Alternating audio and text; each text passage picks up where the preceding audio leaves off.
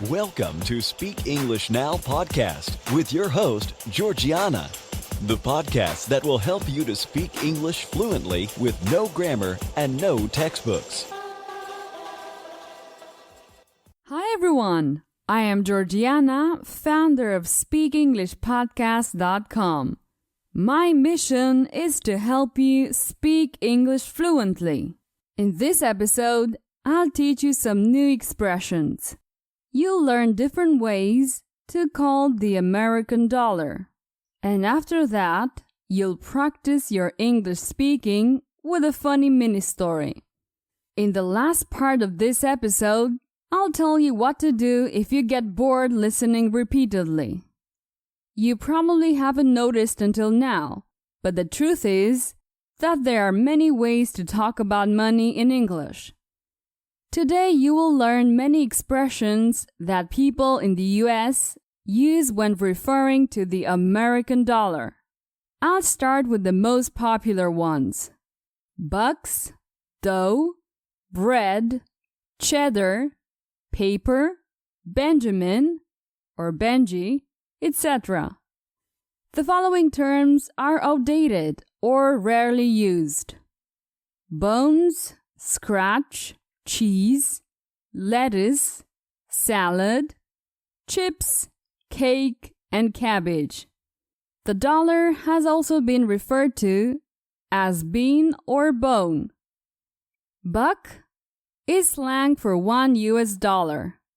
The expression comes from the 18th century when deer skins were used as currency. Buck is still one of the most commonly used terms in the US for money to this day. Examples: this dress has cost me $200.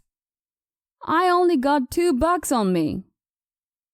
Benjamins or Franklins are $100 bills. The reason people call them Benjamins or Franklins is because the 100 bills carry the face of Benjamin Franklin. $100 bill is occasionally called C note, C being the Roman numeral for 100 from the Latin word centum. There's another curious expression, dead presidents, and it refers to all presidents that appear in the US currency. Examples: I don't rap for dead presidents, or We're gonna rob a bank and flee with some dead presidents. The next expression is dime. When you have multiple sums of $10 bills, you got a lot of dimes. Examples: I don't have a dime on me. Or 10 dimes are equal to $1. $1,000 is $1,000. Example: be careful, the TV cost me 200 grand. And I'm sure you might have heard of the word nickel. A nickel is 5-cent coins. Example: I just found a nickel in the street. The expression Jacksons refers to the President Andrew Jackson, which is on the $20 bill. Yards is $100. For example, I'll have to pay 2 yards for the fine. Another expression, fivers, which is $5 bills. Example: can you lend me a $5? I'll pay you back tomorrow. Very often money has synonyms related to food. For example, broccoli, cabbage, lettuce, bread, cheese, or bacon. All these words are very often used as a synonym for money in the States. The word bacon means money. You probably know that many Americans like to eat bacon, especially for breakfast. But you can also use the word bacon when it comes to money in American English. Bringing home the bacon means you're bringing home the money. The word bread means money in general. in the analogy that just like money, bread is a basic element of life. Cheese or cheddar. This well-American phrase was born at the end of the World War II. Social welfare packages included a good piece of cheese. So getting your cheese means getting your benefits. Today in the US, people often refer to money as cheddar. You can also use the word dough. If you got the dough, then you definitely have some cash. Okay, now you can practice with a mini story. You'll be able to go over the vocabulary we saw in the first section. A mini story is very simple. I give you information using phrases, and then I ask you questions. I recommend you to listen several times until it's easy to answer. Just relax and enjoy. Let's start. Jim and Joe were two burglars who wanted to rob a bank at night.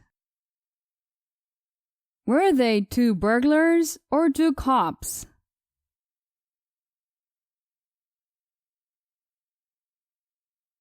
They weren't cops. They were two burglars. Did they want to rob a bank or open an account?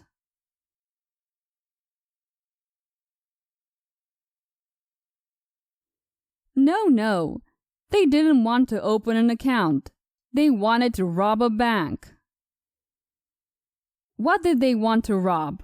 A candy store?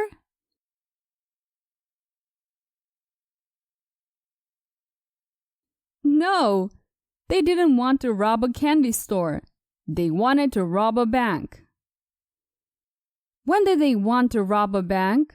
In the morning?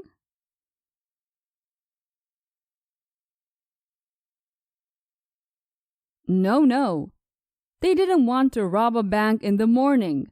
They wanted to rob a bank at night. Who wanted to rob a bank? Jim and Joe or Joe and Jim?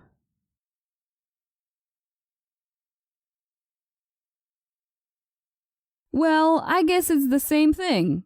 Jim and Joe or Joe and Jim wanted to rob a bank. Jim remained in the car to watch while Joe broke into the bank. Did Jim break into the bank?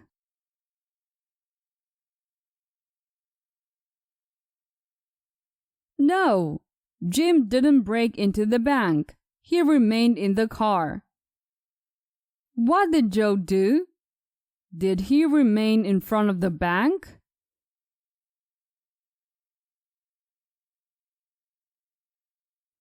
No. He didn't remain in front of the bank. Joe broke into the bank. Who remained in the car? Jim or Joe?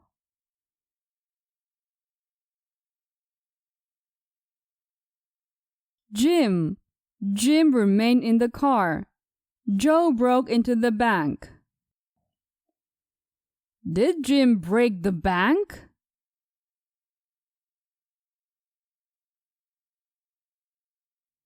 No.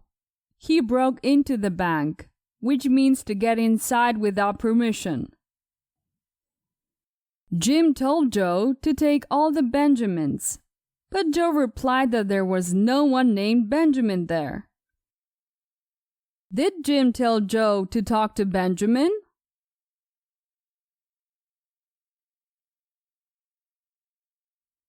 No. He didn't want Joe to talk to Benjamin. Jim told Joe to take all the Benjamins, all the $100 bills. Was there a Benjamin in the bank?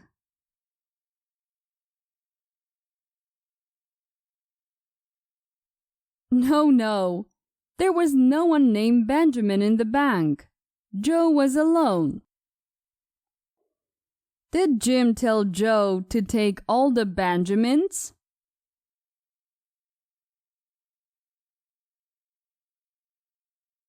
Yes, Jim told Joe to take all the Benjamins. all the Benjamins or only some of them?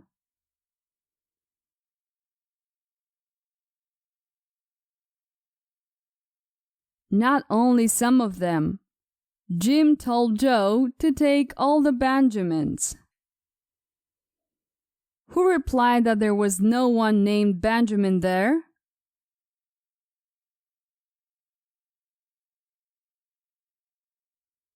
Joe. He replied that there was no one named Benjamin there. Jim told his friend that he was referring to bills. Was Jim referring to people?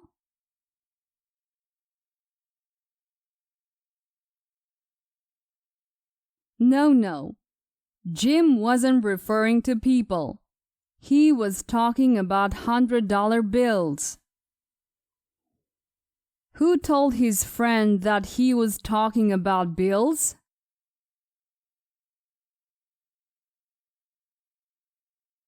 Jim. Jim told his friend who was inside the bank that he was talking about bills. Who was Jim referring to?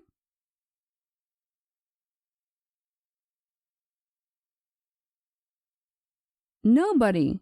He was not referring to anyone, but a thing. Bills.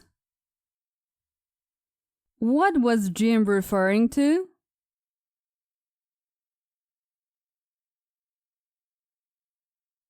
Bills, money.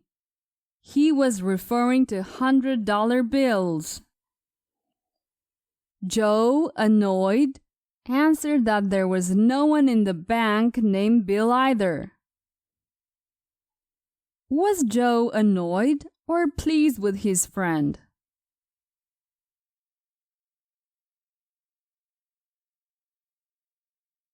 He was annoyed with his friend. Was Jim referring to Bill Clinton?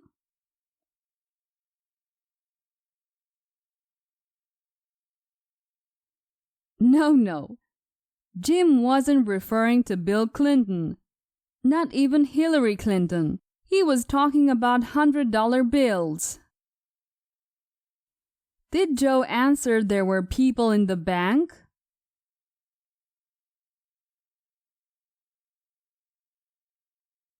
No, he didn't say that. He said no one was there. No one named Bill. So they spent several minutes arguing until the police came and got them arrested. Did they spend several minutes arguing about the joy of living without money?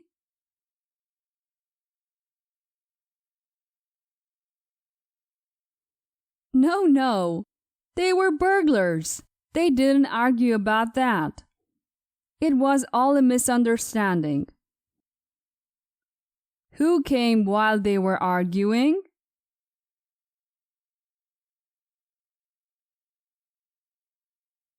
The police, the cops.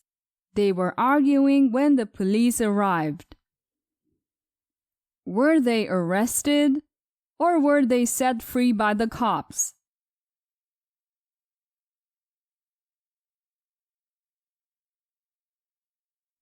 They were arrested. They weren't set free. Jim and Joe couldn't get away with robbery. Poor Jim and Joe. Because of a misunderstanding, Joe didn't realize Jim was referring to money, not people. So they both got arrested. Maybe Joe should have listened to this podcast before trying to rob a bank. Let's continue with the next and last section of this episode. What to do if you get bored listening repeatedly? Alright, that's a good question. You know that the key to improving your fluency is listening a lot. You may get bored, especially if you repeat the same audio a lot. As you also know, repetition is important. I suggest several things you can do. Try to guess what the audio will say next. It's very difficult at first, but with several repetitions you can guess.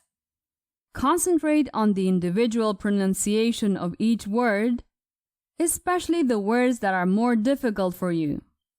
Focus on intonation. That is the rhythm and the music of the phrase. Saying, "How are you?" is not the same as saying, "How are you?"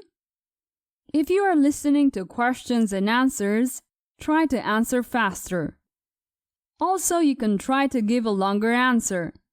Besides, you can practice intonation or pronunciation imitating me. When you listen to the audio, try to say the same thing right when you hear it. Sometimes it's hard, but it's fun. This is called shadowing. I explained it in the previous episode. Try to move around. Do things like walk, run, tidy up, or wash your clothes, dishes, etc. This can help you change your mood. Listen with a friend. You can comment on what you hear, and it's also more fun.